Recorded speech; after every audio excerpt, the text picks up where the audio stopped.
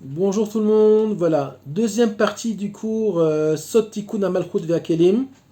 Donc deuxième partie du cours sur la réparation des réceptacles. On va aborder quelque chose un peu plus technique, plus, on va dire, plus profond encore que ce qu'on a vu pour le moment. Et on va voir que tout se tient, qu'il n'y a pas de hasard. Et on va commencer tout de suite. Donc on est Yom Rishon, je répète, je fais ce cours pour Malchut Shammai, Malchut Beit David et Binyan Bet Amikdash, la royauté du ciel, si on peut dire. J'aime pas dire ça, c'est du français, mais bon, peu importe. La royauté de David et la construction du troisième temple, très très très prochainement. Et surtout beaucoup de rachamim, beaucoup de rachamim pour la Géoula qui arrive. C'est pas simple, il va falloir avoir beaucoup de Emouna, beaucoup de lâcher prise, comme dit Rabbi Nachman de Breslev. Il va falloir jeter notre date, notre volonté de vouloir comprendre les événements, d'accord, et être extrêmement zen, extrêmement cool par rapport à notre vision, notre approche de la Géoula, puisque Hachem mène son monde de façon pas toujours, de façon générale pas logique, en tout cas pas au niveau d'une logique humaine. Il y a une logique divine et il y a une logique humaine. Donc il va falloir être très détaché de la logique humaine, être dans une très grande humilité et dire je ne comprends pas. De toute façon, il y a le maître du monde qui dirige ce monde, d'accord, qui en est nous pour pouvoir essayer de comprendre. Voilà, donc tout ce qu'on pensait depuis 30 ans, il y en a qui ont vécu dans une tension messianique terrible à l'époque du rabbi, beaucoup ont été déçus. Pourquoi ils ont été déçus? Tout simplement, parce qu'ils ne comprenaient pas ce que disait le rabbi, et je le dis ouvertement, le rabbi était le Nassi de la génération, c'était le Nassi Ador. Ok, le rabbi est parti de ce monde tout simplement parce qu'on n'a pas mérité de le recevoir comme Mashiach. Donc le rabbi est parti, mais c'est lui qui a ramené dans le monde, qui a réactualisé le fait que la Géoula arrivait. On aurait pu recevoir la Géoula, déjà en 67, ok. On aurait pu avoir la Géoula plus tard aussi avec le rabbi de Lubavitch, et on ne l'a pas reçu. Pourquoi?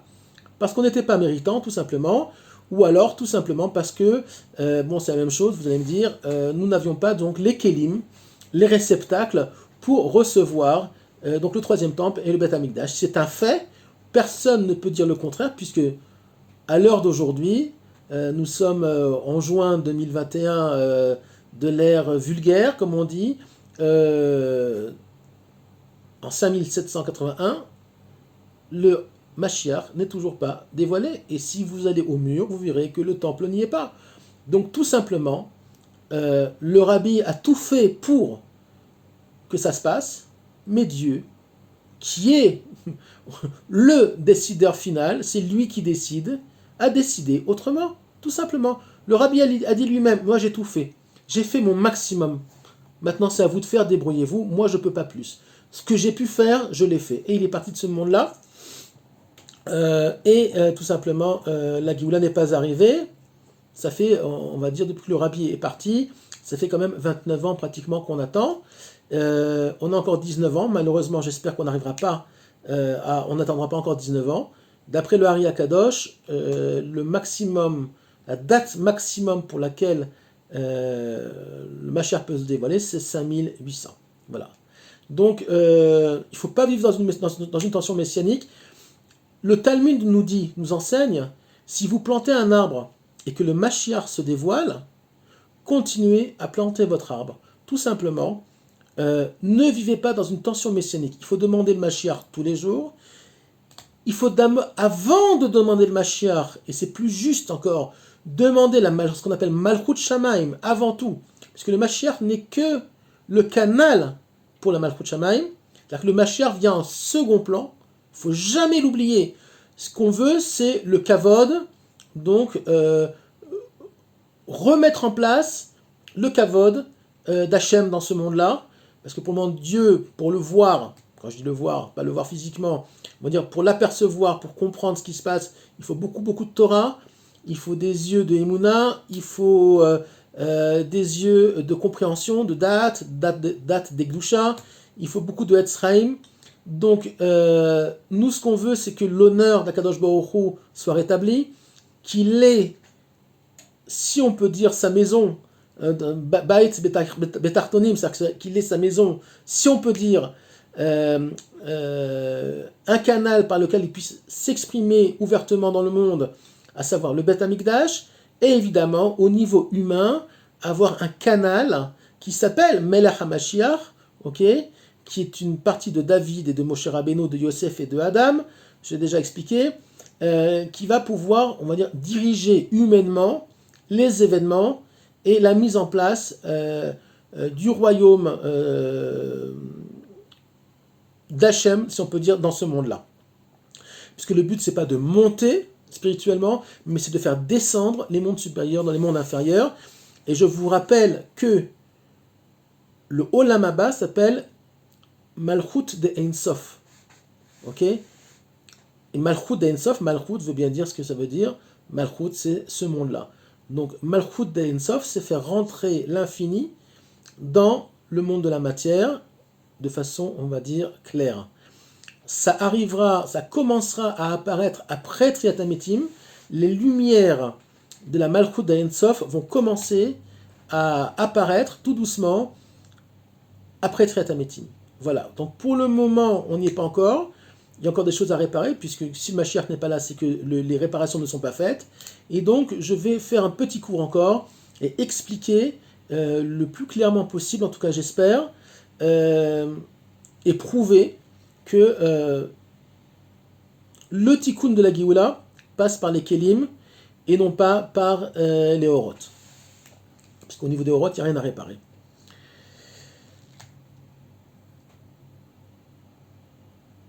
Comment on le sait? Juste une petite parenthèse. Comment on sait qu'au niveau des Horot, il n'y a rien à réparer? Tout simplement parce que l'âme s'appelle Or et le corps Kli. La mort, pour le moment, existe toujours.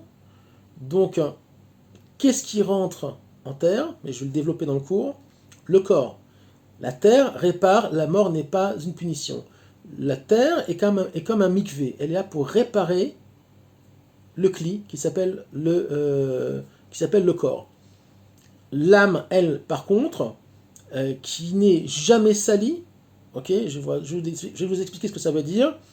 L'âme qui n'est jamais salie dans son essence monte dans les mondes supérieurs en attendant Triat HaMetim ou une autre réincarnation, et elle ne se salit jamais. Alors ça veut dire quoi?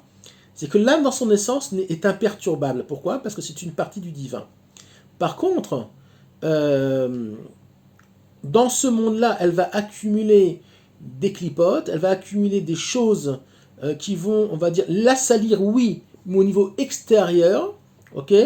C'est comme, excusez-moi de l'exemple, imaginez une bonne bouteille de vin, ok?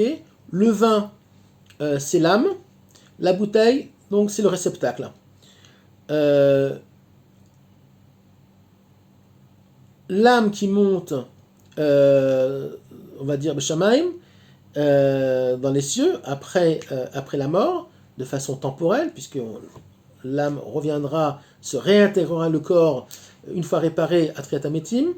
La bouteille, donc, peut être sale, mais est-ce que le vin va se salir? Non.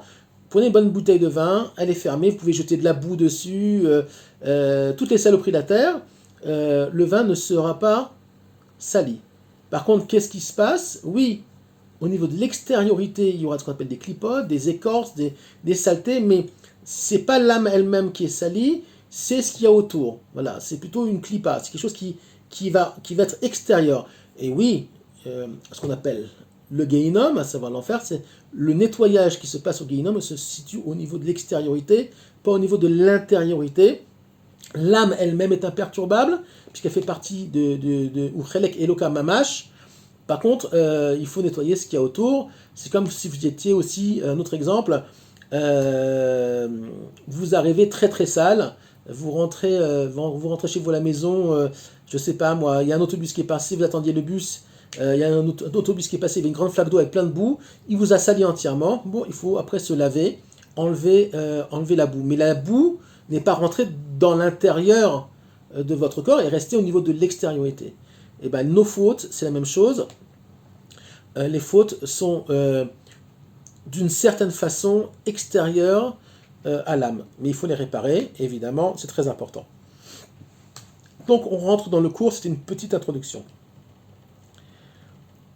On va attaquer directement avec le Shem Havaya, donc le Shem Yud Ke Vav Ke, Yud plus loin, He plus loin, Vav plus loin, He, okay, qu'on voit dans le livre de prière, qui est le nom avec lequel Hachem a fait sortir Am Israël de l'Égypte. C'est un nom, c'est une expression du divin, c'est pas le nom de Dieu, d'accord, c'est une expression du divin. On appelle ça vulgairement des noms divins, si on peut dire, mais c'est pas vraiment des noms divins, puisqu'à partir du moment où on donne un nom, on limite, or Dieu, évidemment, est infini. Donc ce sont des expressions par lesquelles le divin s'exprime dans ce monde-là. Cette expression-là du divin, cette force, c'est celle qui a fait sortir Am Israël d'Égypte. Elohim, par exemple, c'est une force divine qui a permis au monde d'être créé. C'est le sod de la Shrina. C'est le sod dans la Shrina. Je répète ce que c'est la Shrina, c'est la présence divine dans le monde, donc c'est le divin qui s'exprime au niveau du plus bas. Yud Ke Vav Ke, c'est déjà à beaucoup plus haut niveau, puisque c'est l'expression du divin qui permet le miracle, qui permet la surnature, qui permet d'influencer le monde au-delà du Seder de Bereshit. D'accord ? Donc voilà. Qu'est-ce qu'on trouve donc dans ce nom-là, dans cette expression du divin ? On trouve donc un Yud, après un He, après un Vav et après un He. Donc on a deux fois He. He, c'est le sod des Kelim, puisque c'est aussi le sod du féminin, puisque au niveau de la grammatique, au niveau de la grammaire hébraïque, de l'orthographe hébraïque, un He final signe que c'est Nekeva, c'est-à-dire que c'est au niveau des réceptacles, c'est au niveau de ce qu'on appelle au niveau du féminin du monde. Par exemple, qu'est-ce que je vais donner comme exemple ?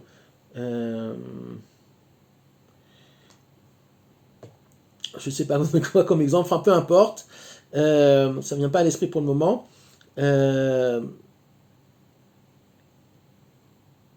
Tout ce qui se termine par un « et » en hébreu, moi je traduis, ça fait tellement longtemps que je suis en Israël, je suis obligé de traduire toujours maintenant du français à l'hébreu, de l'hébreu au français, pardon. Tout ce qui est « he » final, okay, signe donc le féminin, donc les réceptacles, le féminin étant lié donc au monde des réceptacles.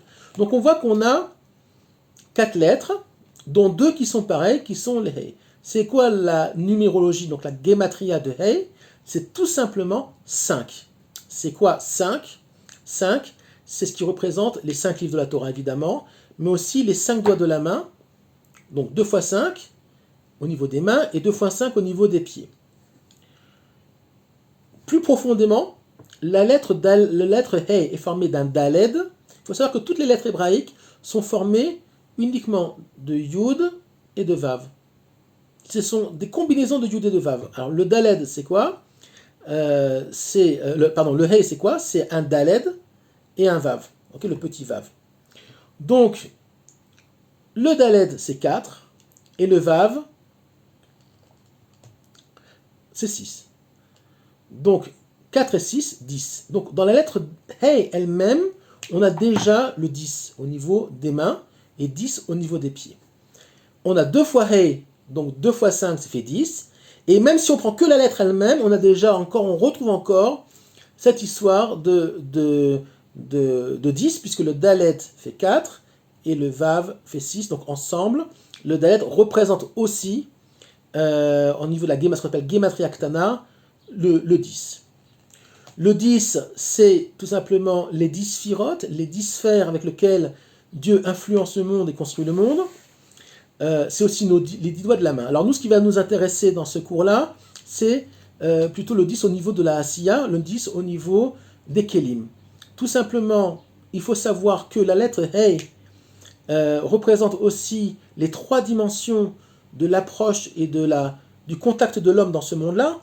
Alors, le Vav qui va former la lettre Daled, le Vav qui est horizontal correspond à la Marshava, ok, la pensée, l'intellect, ce qui est lié, qui va former donc le daled, le vav qui est pas horizontal, qui est vertical, va représenter le dibour, ok, donc marshava et dibour, ok, au niveau de l'intellect, on va penser et nos pensées vont sortir par la parole et détacher, donc le vav, le petit vav qui va finaliser le hey, qui est sur le côté, lui représente donc ce qu'on appelle Zeir Anpin aussi, et aussi ce qu'on appelle qui va représenter le monde de la Asiya, le monde du faire. Comment on fait dans ce monde-là? On pense, on parle et après on fait. On écrit un Dvar Torah, on construit une maison avec un marteau et des clous et du béton, je sais pas quoi. Donc on va cultiver les terres avec nos mains. Et même s'il y a des machines modernes, il faut les mettre en marche. Donc tout se passe par le monde des mains, donc par le monde du 10. Le monde des 10 sphirotes et le monde donc du Hey, des deux Hey qu'il y a dans le Yud Kei Vav Kei, et le Hey lui-même, qui est composé, lui, à un niveau plus profond, donc d'un Dalet et d'un Vav, qui forment aussi 10. Donc vous voyez bien que c'est pas pour rien que Hachem exprime, même dans une expression du divin qui est très élevée, donc qui est le nom Yud Kei Vav Kei, aussi des choses qui sont extrêmement terriennes, si on peut dire, puisque il faut comprendre que le Yud Vav, qui forme le nom divin, Yud Kei Vav Kei, Yud Hei, Yud et Hei, ce sont tout simplement les mondes supérieurs, et le Vav Hei sont les mondes inférieurs. Le Vav étant un Yud qui est connecté, le Yud c'est une lettre, c'est un petit point qui reste en suspens, en l'air, donc c'est Shamaim, c'est les mondes supérieurs, et le Vav, c'est le même Yud qui va descendre dans ce monde-là, qui va se connecter, c'est le Vav de la connexion. Donc le Vav est une lettre de connexion. D'ailleurs en hébreu, et, E-T en français, s'écrit par uniquement un Vav. V-Z. Ok? Ça veut dire et ça, on met d'abord un Vav devant le mot, ça veut dire et, avec. Voilà. Donc c'était déjà on va dire, une petite explication, mais très intéressante, sur le monde des Kélim, même au niveau du nom divin. Donc si Hachem, dans son nom, si on peut dire, le plus important, dans son expression la plus importante, nous pose aussi les Kélim, qu'il n'y a pas par exemple dans le mot Elohim, ça veut dire que tout se tourne au niveau de Oroth et Kélim. La faute, je répète par rapport au cours qu'on a fait la semaine dernière, la faute des explorateurs, c'est de vouloir rester qu'au niveau de Yud-Ke. C'est-à-dire que, ok, on n'est qu'au niveau de la Marshava et du Dibour, on est dans le désert, Hachem, on vit comme si on était dans les cieux, nous donne à manger, on n'a rien besoin de faire, pas besoin de travailler ni rien. Hachem nous donne à manger, Hachem nous fait les miracles, mais on rentre pas en Eretz Israël. Pourquoi? On fait la faute de ne pas rentrer en Eretz Israël, parce qu'on ne veut pas faire face donc, à la vraie vie. On veut rester des enfants gâtés, on veut rester dans le monde de la yeshiva sans faire face au vrai monde. Donc je répète, pour ceux qui n'ont toujours pas compris, je ne suis pas contre le kollel, je ne suis pas contre que Dieu préserve contre la yeshiva, bien au contraire, mais j'ai dit que c'était ciblé. La plupart, malheureusement, des gens, beaucoup de gens qui sont dans les yeshivot après un certain âge, je ne parle pas des jeunes, très souvent ils sont pour rien, ok? Oui, même s'ils étudient la Torah, pourquoi? Parce qu'ils ne remplissent pas leur rôle dans le monde. Ils ne remplissent pas leur tikkun au niveau des kelim. Ok? Je répète encore une fois, parce que c'est nécessaire, j'ai reçu des mauvaises de certaines personnes. La plupart des gens ont très bien compris, mais je répète pour le petit nombre qui n'a toujours pas compris, et qui ne veut pas comprendre peut-être, parce que ça les arrange, d'accord? Que dans la Chassidut Gour, ou dans les autres Chassiduyot, par exemple, qui sont des Chassidut de très haut niveau, au niveau du Limud Torah, on étudie à la Yeshiva jusqu'à l'âge de 25 ans à peu près, d'accord? Et après, ils vous disent, allez, dehors, tu vas travailler, d'accord? Et tu retournes à la Yeshiva le matin, tu vas bosser, et tu retournes à la Yeshiva le soir, un petit peu. 2-3 heures le matin, tu travailles, et 2-3 heures en fin d'après-midi. C'est le vrai CDR, c'est la vraie vie d'un juif. Maintenant, ceux qui sont qui vont devenir des rabbanim, des dayanim, ou ceux qui sont tout simplement des Ilouim, à savoir des gens qui sont des génies dans le monde de la Torah, c'est 0,01%, ok, la population, qu'on ne raconte pas de salade, eux, ils continuent à étudier la Torah, les Shema, parce qu'eux amènent quelque chose au monde. Mais étudier pour étudier, d'accord, juste pour ne pas aller travailler, parce que c'est plus facile, c'est extrêmement grave. Extrêmement grave, et je peux vous garantir que ça existe, malheureusement, on parle de cela. Donc c'est une partie seulement de la population qui est dans les yeshivot, parce que c'est plus simple que leur femme aille travailler. Je suis très dur, je sais, mais si le Mashiach n'est pas encore là, c'est pas que à cause de ceux qui font du Chilul Shabbat, c'est aussi, entre autres, à cause de certains religieux qui sont au niveau de du Midbar, c'est-à-dire la génération qui n'a pas voulu rentrer en Eretz Israël. Pourquoi ?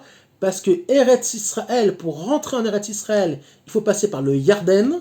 D'accord ? Comment Yehoshua ben Nun rentre en Israël, il passe par le Yarden, donc par le Jourdain. Yarden, ce sont les mêmes lettres que Yerida. D'accord ? Donc on passe par une descente pour mieux monter, puisque le Yarden, là où va passer Yehoshua ben Nun, au niveau de Jéricho, est un des endroits les plus bas du monde, si ce n'est le plus bas du monde. Et après, pour aller sur Jérusalem, pour arriver au niveau d'Eretz Israël, il faut que monter au niveau même géographique. Donc, tout a un rapport. Eretz Israël a un rapport physique avec le travail spirituel. Pour aller de Jéricho à Jérusalem, c'est que de la montée, une montée très dure. Ok, pour ceux qui ne connaissent la géographie d'Eretz Israël. Donc, spirituellement, c'est pareil. Ils ont peur de cette Yérida-là, parce que pour eux, cette Yérida-là est négative, alors qu'elle n'est que positive. Le Baal Shem Tov nous dit Yérida letzorech aliyah. Tu ne peux monter spirituellement que si tu passes par des Yéridot, que si tu passes par des descentes. Donc, on sait très bien que la vie d'un homme est faite de montée et de chute. Toute la vie, c'est que ça. Le but, c'est de se relever, de ne pas pleurer parce qu'on a mal fait les choses, donc on a fait des bêtises. Ok, c'est de dire, ok, j'ai conscience, j'ai fait une bêtise, mais j'avance. Maintenant, je vais faire mieux. Ceux qui ont conscience de ça, ok, alors ils ont tout compris. Tzadik nofel sheva pamim vekam, ça veut dire quoi ? Un tzadik tombe 7 fois et se relève, c'est pas qu'il va tomber 7 fois, il va tomber des centaines de fois, des milliers de fois dans sa vie. Tout simplement, le tzadik, c'est chacun de vous, va tomber dans l'encadrement de ce monde-là. Les 7 jours de la semaine, le 7 représente les 7 jours de la semaine avec Shabbat, ça veut dire quoi ? Tout simplement, l'encadrement de ce monde-là. Dans ce monde-là, il faut tomber. Il faut tomber, parce que c'est-à-dire qu'il faut tomber. Si on peut ne pas tomber, c'est mieux, mais ça n'existe pas de ne pas tomber. Tout le monde tombe, même les tzadikim tombent, ça n'existe pas. Il n'y a pas de chez nous de saint dans le sens perfection. Ça n'existe pas. C'est chrétien, c'est pas juif. L'homme ne peut pas être parfait. Même le tzadik, Gamour, son imperfection, elle est pas de ce monde. C'est d'abord, il y a des tzadikim Gamourim, il y en a un par génération ou 2 par génération. Mais même le tzadik Gamour, son imperfection, elle est tellement fine qu'on ne peut même pas la saisir, on ne peut même pas la comprendre. Okay ? Puisque s'il est descendu dans ce monde-là, c'est qu'il avait quelque chose à réparer et à amener au monde. Donc, les tzadikim Gamourim ne sont pas au niveau de la faute telle que nous, on la comprend. Okay ? C'est pas des fautes, mais c'est des gens qui sont passés par un processus aussi. Ils ne sont pas devenus tzadik Gamour de naissance. Ils sont devenus des tzadikim Gamourim par la vie, par on va dire, les épreuves de la vie. Et effectivement, ils sont arrivés à un niveau très très élevé, en général, c'est en fin de vie. Alors, sa fin de vie, ça peut être le Ari Akadosh, qui est mort à 38 ans, ou à 36, non, le Ari, je crois, à 36 ans, très jeune, pourtant c'était un tzaddik Gamour. Donc lui, il a fini son tikkun très très rapidement, puisque la mort n'est pas une punition. Attention, il faut comprendre que la mort n'est pas une punition. Ça aussi, ce sont, on va dire, des déchets qui viennent du monde qui n'est pas juif. La mort n'est pas une punition. La mort est la fin d'une partie de vos vies au pluriel. Vous avez fait un tikkun, ou vous n'avez pas fait un tikkun, donc vous partez de ce monde-là, le corps est réparé en terre, Ok, on va en parler. Et l'âme monte, elle est aussi réparée, elle nettoyée, on nettoie ce qu'il faut nettoyer là-haut, ok, dans les mondes supérieurs, et où elle est réincarnée ou pas, je ne sais pas, chacun suivant ses comptes. Mais la mort n'est en aucun cas une punition. D'accord? C'est un chesed, Elion, c'est de la bonté divine. C'est-à-dire que euh, la mort dans la Kabbalah est considérée comme une refoua, comme quelque chose de médical pour l'âme et pour le kli qui est le corps. C'est-à-dire que c'est un chesed qu'Hachem a fait au monde à partir du moment où Adam a fauté. Il a dit, ok, ils sont tombés malades, puisque la faute, c'est comme une maladie. Ok, c'est comme une maladie mentale, une maladie spirituelle. Donc, que fait un bon médecin? Eh bien, un bon médecin donne la refoua, il donne donc il soigne donc son patient, et le plus grand des rophées, le plus grand des médecins, c'est Hachem lui-même. Donc il a donné au monde par la mort la refoua pour qu'on arrive à un niveau un jour qui s'appelle Triatametim où on n'aura plus besoin d'être réparé et on ira tout droit vers le monde de la Hatzilut, qui est le monde le plus supérieur, supérieur pardon, qui est.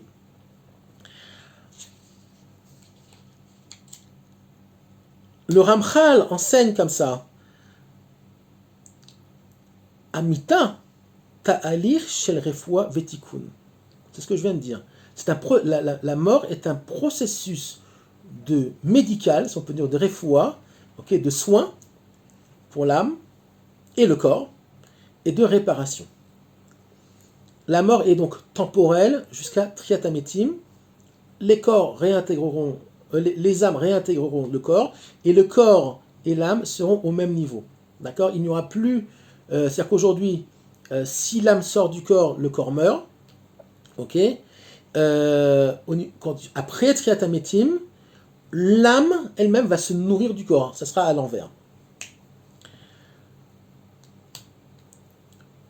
Un des secrets, on va dire, du tikkun, de la mort, se trouve justement dans la paracha de la vache rousse qu'on vient de passer. D'accord? Et je vais expliquer comment.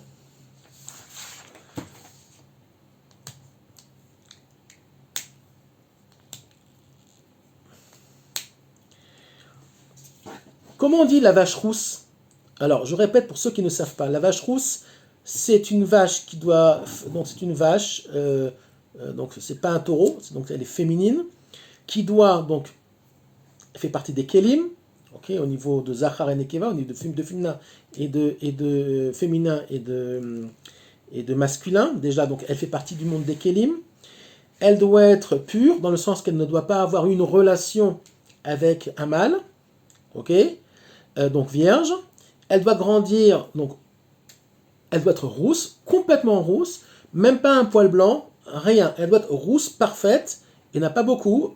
Elle existe déjà en Israël apparemment, je crois qu'il y en a plus qu'une. Je ne suis pas sûr, mais une, en tout cas sûr, il y en a une. Elle est bien cachée d'ailleurs. Il y en a une sur le Golan, d'après ce que je sais, et qui est, je peux vous garantir, qui est bien cachée. Et personne ne sait exactement chez qui elle est et comment elle est. Voilà. Ça, c'est une lueur d'espoir pour Bezrat Hashem, bientôt le temple. Elle est censée être brûlée, donc lui faire la shrita, on la tue de façon, on va dire, suivant la halacha, et elle est entièrement brûlée, et avec ses cendres et de l'eau particulière mélangée, elle est censée réparer l'impureté due à la mort, qui va être nécessaire pour les Kohanim, par exemple, pour pouvoir aller servir au temple. Si le temple existe aujourd'hui, d'accord, on ne peut pas rentrer les Kohanim tels qu'ils sont aujourd'hui, puisque tous les Kohanim, quels qu'ils soient, sont tous ce qu'on appelle, ils ont tous ce qu'on appelle tout matmet, ils ont tous une impureté due à la mort, puisqu'il y a plein d'endroits en Eretz Israël où il y a des vieux cimetières, surtout autour de Jérusalem. On ne sait pas où ils sont, donc on marche très souvent sur des cimetières, on ne le sait pas. Donc de toute façon, quoi qu'il arrive, les Kohanim de notre génération sont tous impurs, et ils devront passer par la purification donc de la vache rousse. donc de l'eau mélangée au sang de la vache rousse pour pouvoir être purifié, rentrer au mikvé et après aller servir au temple. Donc la vache rousse est nécessaire aussi et surtout pour le service du Beth Amikdash. Donc on va rentrer un petit peu dans les lettres, vous allez voir comme c'est extraordinaire. Sod para Adouma, donc le secret de la vache rousse. Alors pour ça il faut être un petit peu, hébraïsant, mais je vais essayer de vous expliquer quand même. Ceux qui ne sont pas hébraïsants, je suis désolé, c'est trop compliqué pour que j'aille jusqu'au bout, mais écoutez bien et faites vos recherches par vous-même.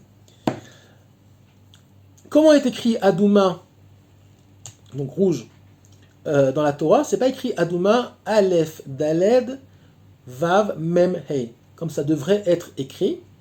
C'est écrit sans le Vav. Donc, si on lit Para Adouma dans le temps, on peut lire quoi aussi? Para Adama. Para la terre. Et pas rouge. Adouma et Adama, ce sont les mêmes lettres, sauf que dans Adom, le rouge, il y a un Vav. Qu'est-ce qui répare le Kli, donc le corps, dans ce monde-là? Je parle de la réparation au niveau du corps, c'est la terre. La terre est considérée aussi comme un mikvé.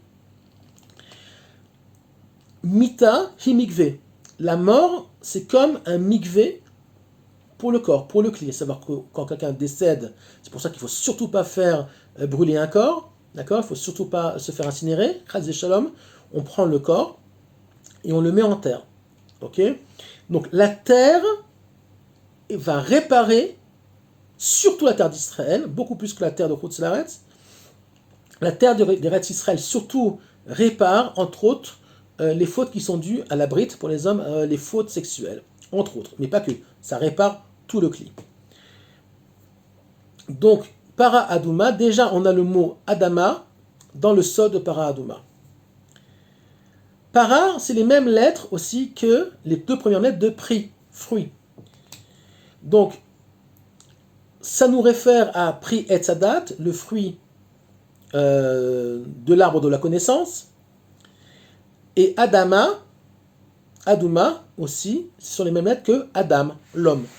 Adama et Adam, donc l'homme et la terre, et Adouma, ce sont les mêmes lettres. C'est-à-dire que l'homme est fait aussi, entre autres, ça est principalement composé, si on peut dire, de terre, au niveau, pas la terre que vous trouvez par terre, mais la terre au niveau spirituel qui est un peu plus, on va dire, plus sophistiquée que la terre qu'on trouve sur laquelle on marche, d'accord? C'est pour ça aussi que tu viens de la terre et tu retournes de la terre. C'est pour ça que l'homme s'appelle en hébreu Adam. Mais on va aller beaucoup plus loin.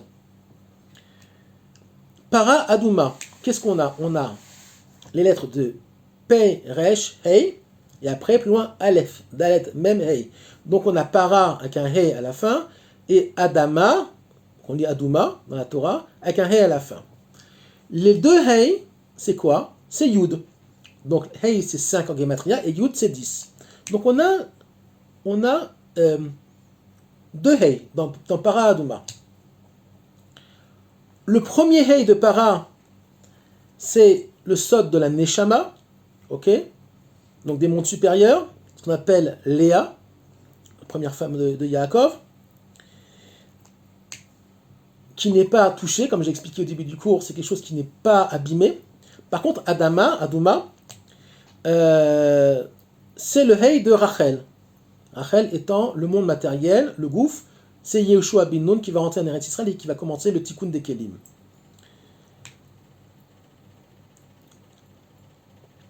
Le sod qui se cache entre ces deux Hei et le Yud, c'est que, à l'origine, le Yud est la connexion, ok, entre l'âme et le corps. La faute d'Adam et Ève a amené au monde la mort. Ok? Donc à partir de là, au moment où il y a eu la mort dans le monde, où la mort est rentrée dans le monde, parce qu'Adam et Chava ne devaient pas mourir, ce Yud-là s'est séparé en deux. Et s'est transformé, si on peut dire, en deux Hei.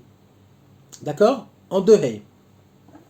Un qui va s'accrocher à Para et l'un qui va s'accrocher à Adama, Adouma, donc le He Sofi de Adouma. Donc il y a une déconnexion entre l'âme et le corps, qui se traduit par la mort, puisque quand quelqu'un meurt, évidemment, Chas Shalom, le plus tard possible, l'âme se détache du corps et le corps rentre en terre pour le moment, pour, comme j'ai expliqué, pour être réparé.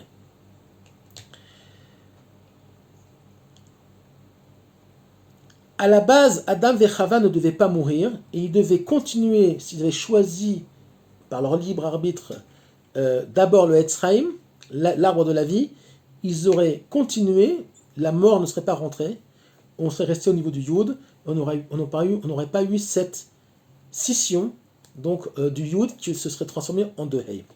Donc ça explique bien aussi que à partir du moment où on a deux Hei, qu'est-ce qu'on obtient? 2 fois 5. 2 fois 5.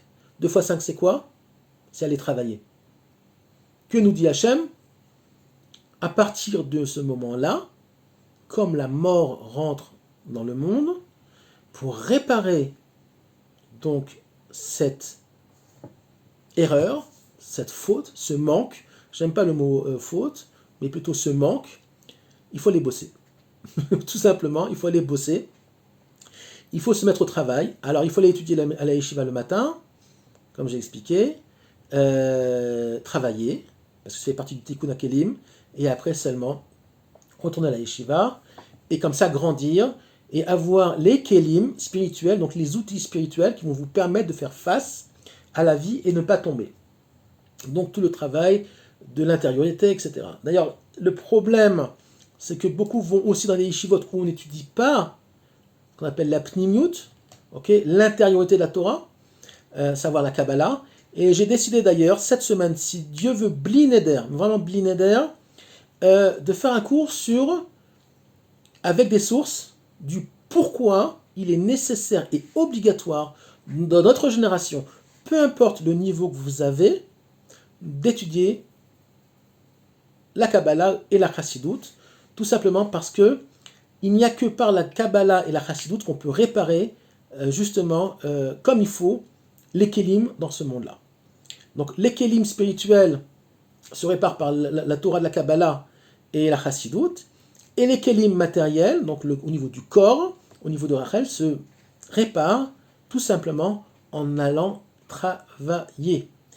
Et ceux qui vous diront le contraire sont des gens malhonnêtes. J'explique de nouveau, je ne suis pas contre la yeshiva. Que Dieu préserve. Je le répète, parce qu'apparemment les gens sont bouchés. D'accord? Pas tous. Baruch Hashem, 95% ont compris le cours, le dernier cours. Mais il y en a encore 5% qui n'ont toujours pas compris. Je ne suis pas contre les yeshivot. Moi-même, j'ai étudié à la yeshiva. Mais il y a un moment donné, à l'âge de 24, 25 ans, quand vous avez reçu des bons bagages spirituels, vous devez faire face à la vie. Vous mariez, en général ils sont mariés avant, on se mariait à 18-19 ans dans mon orthodoxe, se marier, faire des enfants, à un moment donné on sort de la yeshiva, on va aller travailler, parce que si on ne travaille pas, on ne fait pas face à la vraie vie. On reste comme la génération du désert, donc bloquée au niveau du Medaber, Midbar, Bamidbar, le livre Bamidbar, ça veut dire quoi Midbar? Midbar, c'est l'Edaber, c'est parler. On reste qu'au niveau du Dibour. Tu parles beaucoup, mais tu fais rien. Qu'est-ce que tu as fait de ta vie? Rien. Tu as fait beaucoup de blablabla, d'accord? Des piles poulim, etc. C'est extraordinaire. Mais concrètement, tu as fait quoi de ta vie? Rien. Tu es resté à la yeshiva, tu n'as rien fait. Le but, c'est de, oui, parler, délivrer Torah, du matin au soir, mais aussi, à un moment donné, être comme Yehoshua ben Nun, rentrer en Eretz Israël et commencer à faire le tikkun du 2 x 5 qu'on trouve dans Para Adoma. Voilà. Donc, c'est très important de le répéter, parce que c'est le Hémet, et le Hémet n'est pas ailleurs.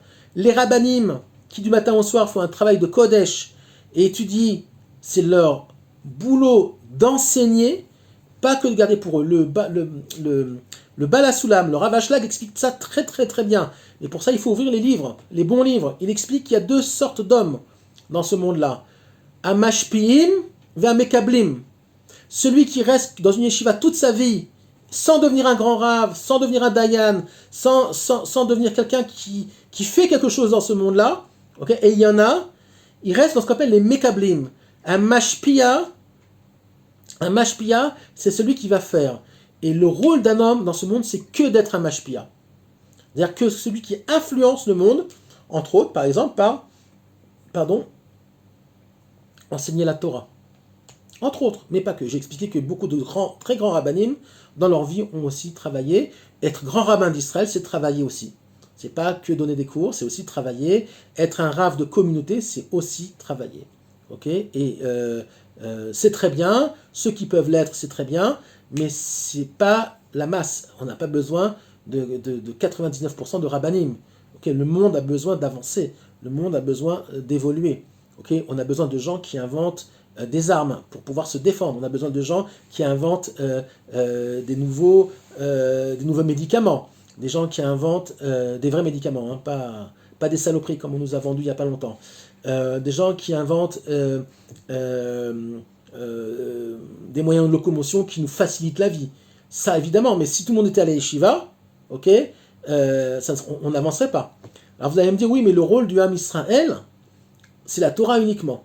Oui, une fois que le Mashiach sera dévoilé, tous les Juifs, effectivement, leur rôle, ça sera d'amener, de finir le Tikkun HaKelim avec le Mashiach, d'amener dans le monde toutes les lumières de Torah pour que le monde entier ait la bracha, parce que la bracha passera que par le Ham Israël, mais pour le moment, on n'est pas à ce niveau-là. La preuve est, encore une fois, dans la Torah, il n'y a que des preuves dans la Torah de ce que je dis, ok ?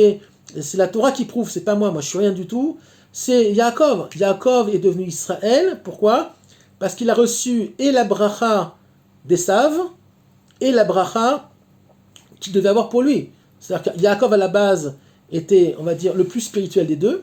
Mais comme Esav n'a pas rempli son rôle dans le Tikkun des Kelim, à savoir qu'Esav était un rachat, puisque pour lui le monde de la matière c'était que pour des kiffs, d'accord ? C'était que pour son plaisir personnel. C'était pas pour réparer le monde.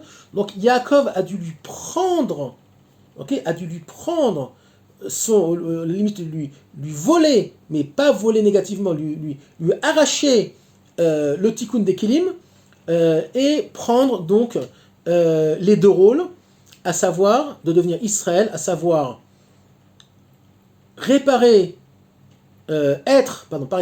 être dans le milieu des Oroth, être dans le milieu spirituel, être au niveau du Tikkun des Kelim jusqu'à ce que le Mashiach se dévoile. Donc le niveau Israël qui est le plus élevé, comme niveau spirituel, c'est celui du Hey, Marshava, Dibur, Maaseh. Je pense, je dis les livrets Torah, ok, mais je fais aussi. C'est l'Eretz Israël d'aujourd'hui. C'est pour ça que, malheureusement, dans le monde juif, il y a encore des gens qui n'ont pas compris que on est obligé de passer par cette yérida-là, de ce qu'on appelle le sionisme, qui est en fait une très grande gdoula, une très grande on va dire lumière cachée, puisque malgré le fait que ce soit des mangeurs de cochons qui ont créé l'État d'Israël, eux-mêmes ont été poussés par des forces dont ils n'ont pas idée, dont ils n'ont pas conscience, et c'est eux, au niveau de la construction des Kéléim, qui vont aussi amener, on y est déjà, la fin du système au niveau matériel. On est obligé de passer par là, donc on passe par le Yarden, on passe par cette Yérida-là, cette descente-là, on passe par la descente, si on peut dire positive, qui est le sionisme, qui est le Chamor du Mashiach, qui est donc la première, le monde matériel. Le sionisme, c'est la reconstruction matérielle d'Israël, ce qu'on appelle aussi Mashiach ben Yosef, pour arriver à Mashiach ben David, qui va remplir donc le monde des Kélim, donc de lumière, des réceptacles, mais pour ça il faut des réceptacles, aussi des réceptacles de matière. Si Manitou nous disait toujours, le Rav Ashkenazi disait toujours, si on avait attendu les religieux pour faire l'Aliyah et construire Eretz Israël, on serait encore en exil. Voilà, donc le rôle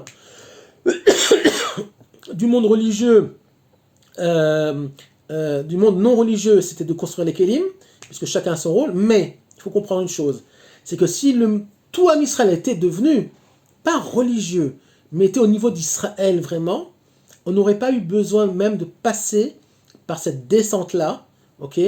On serait resté au niveau de Adam Arishon, à savoir que directement, si on avait fait tchouva tous, ce qui n'est pas le cas, et qu'il n'y avait pas de non-religieux et de religieux, mais que tout le monde aurait été au niveau d'Israël, à savoir, et dans la Torah, et dans la Avoda, et dans la Torah, et dans le monde du fer, on aurait déjà eu le Beth Amikdash depuis très longtemps, ok, et on aurait eu moins de soucis et moins de souffrances que jusqu'à aujourd'hui. Voilà. Donc, le vrai juif, c'est celui qui est dans le monde de la matière et le monde de la Torah, le monde spirituel. Je vous souhaite une bonne journée.